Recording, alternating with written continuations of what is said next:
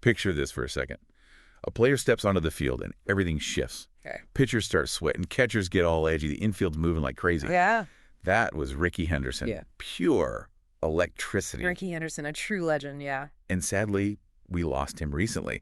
So today, we're going deep, way beyond the stats, to figure out how he changed the very way baseball is played. I think it's fascinating because with Rickey Henderson, he wasn't just about the numbers. He wasn't just racking up stolen bases. Right. He made everybody rethink what base stealing could be as a weapon. All right, so let's break this down. Obviously, incredible 25-year MLB career. Oh, yeah. 10-time All-Star. American League MVP in 1990. Wow. World Series rings with Oakland and Toronto. But let's talk about the Man of Steel. How did he actually change the game? Well, think about it. He retired with 4,406 stolen bases. That's insane. He didn't just break Lou Brock's record of 938, he destroyed it. Right. And then in 82, he stole 130 bases in a single season. No way. Opposing teams were constantly on edge, like, is he going? When's he going?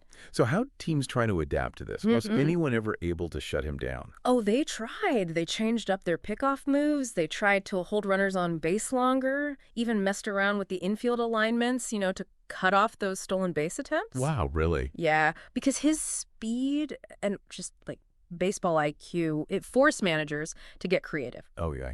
But, see, Rickey was always one step ahead, studying pitchers, noticing their tells, basically using their anxiety against them. He turned the base paths into, his own personal chessboard. Yeah. But it wasn't just about speed, was it? He also has the record for runs scored, 2,295. Yeah. This guy wasn't just getting on base. Oh, no. He was crossing home plate. Absolutely. He was scoring. Yeah. And that's where I think we see his impact on that leadoff hitter position, right? Yeah. That was traditionally just about getting on base, but Rickey turned it into this dynamic offensive weapon. Right. He wasn't afraid to swing for the fences. And that threat of him stealing, constant pressure, kept the defense on their toes the whole time. I've even heard some argue that all that stealing sometimes, maybe it hurt the team's strategy a little bit. What do you think? That's interesting. It's true that Rickey, he had his own way of doing things, right? Oh, yeah. And it wasn't always by the book. Sure. But you could say that that aggressiveness, that unpredictability, that's what made him so effective. It disrupted the opponents so much. It made those managers think differently about, when is it worth the risk to try and steal? Right. It's crazy how one player can change an entire sport's way of thinking. But we got to talk about the man behind the stats. Yeah. I've been reading these tributes, guys like Dave Winfield, Don Mattingly. They paint this picture of such a larger-than-life personality. Charisma. Winfield even called him the best player I ever played with. Absolutely. And, he was just phenomenal athlete, obviously, but also a true showman. Brought this energy, this excitement to every single game. I love that. Yeah, there was that swagger, talking about himself in the third person. Oh, yeah. But never arrogant, more like he was playing this character. Right. And he was entertaining the fans. They absolutely loved it. And speaking of the fans, the A's.